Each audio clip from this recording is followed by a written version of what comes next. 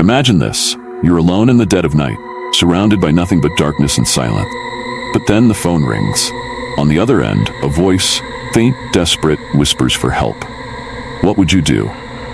Tonight, you'll step into the shoes of Ethan, a night shift DJ who received a call just like this, and it was the last call he ever took. This is the story of the last broadcast, a tale so eerie it might just make you think twice about answering that late-night call. There's a small, quiet town tucked deep within the woods, where the nights are long and the silence is thick.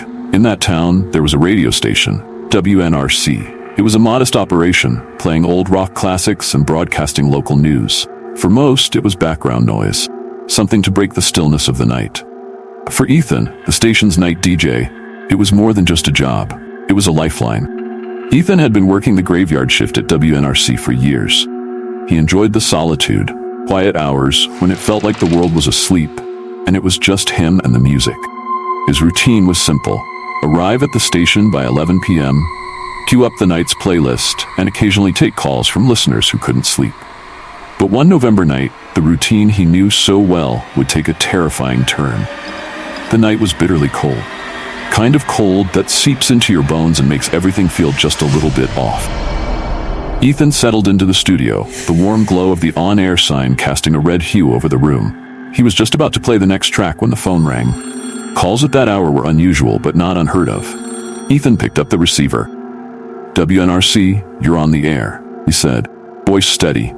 But instead of the usual caller, there was only silence. Then, after a moment, a faint crackling sound, barely audible. Hello?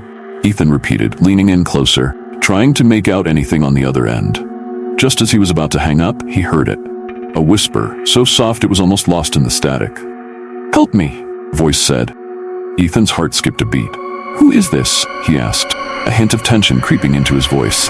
But there was no answer, just the same soft crackle, and then the line went dead. Shaking his head, Ethan tried to brush it off. Probably a prank, he thought. Kids messing around. He hung up the phone and went back to his work. The unease lingered. Minutes passed and the phone rang again. Ethan answered more cautiously this time. WNRC, you're on the air, said. Once again there was no response, just the crackling static. This is a joke, it's not funny, Ethan said, his irritation barely masking his nerves. But then, amidst the static, the voice returned. Help me, please. This time, the voice was clearer, more desperate. A chill ran down Ethan's spine. Where are you? He asked, trying to keep his voice steady. But the line went dead once more. Ethan sat there in the silence of the studio, weight of the call pressing down on him. Glanced at the clock, 2:07 a.m. The night was far from over, and the station, usually a place of comfort, now felt oppressive. Ethan tried to shake off the feeling and return to his duties, but his eyes kept drifting to the phone, dreading the possibility of another call. And then it rang. Ethan's hand hovered over the receiver, a deep sense of dread settling in his gut. He picked it up, voice barely above a whisper. WNRC, said. This time there was no static. Instead he heard breathing, shallow, ragged breathing, as if someone was struggling for air. Please, help.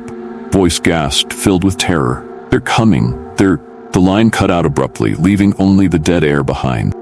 Ethan's hands trembled as he held the phone. Whoever it was, they were in real danger. Quickly dialed back the number, but all he got was a busy signal. Panic started to set in. He was about to call the police when he heard it. The door to the studio creaking open. He spun around in his chair, but the doorway was empty. Corridor beyond was dark, lit only by the faint glow from the studio lights. Ethan's pulse quickened. He stood up, telling himself it was just the wind, but the station felt unnaturally still, as if it were holding its breath. That's when he saw them.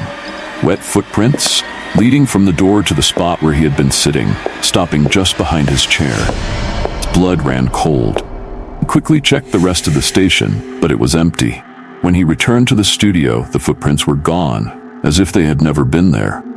Ethan sat back down, his nerves on edge. He tried to resume the broadcast, but his voice was shaky, the normal calm replaced by an unmistakable tension. And then, at exactly 3 a.m., the phone rang one final time. He didn't want to answer it. Every instinct screamed at him to leave, run. Something compelled him to pick up the receiver. His hands were trembling as he did. WNRC, he whispered, words barely escaping his lips. The voice on the other end was different this time. Older, more menacing. "It's too late," hissed. "They're already here." Suddenly, the lights in the studio flickered, and the temperature dropped, the air growing impossibly cold. Ethan felt a presence behind him, something dark, something malevolent. He tried to turn, to see what was there, but he couldn't move. He was frozen in place, paralyzed by fear. The last thing Ethan heard was a soft whisper in his ear. "Goodbye." Or the line went dead, and the studio was plunged into darkness. The next morning, the station manager found the studio empty. Ethan was gone. The only trace of him was the phone hanging off the hook, and a single, chilling message left on the tape recorder: "They're here." To this day, no one knows what really happened to Ethan, or who, or what was on the other end of that final call. But the townsfolk still talk about the last broadcast, and the station WNRC has never been the same.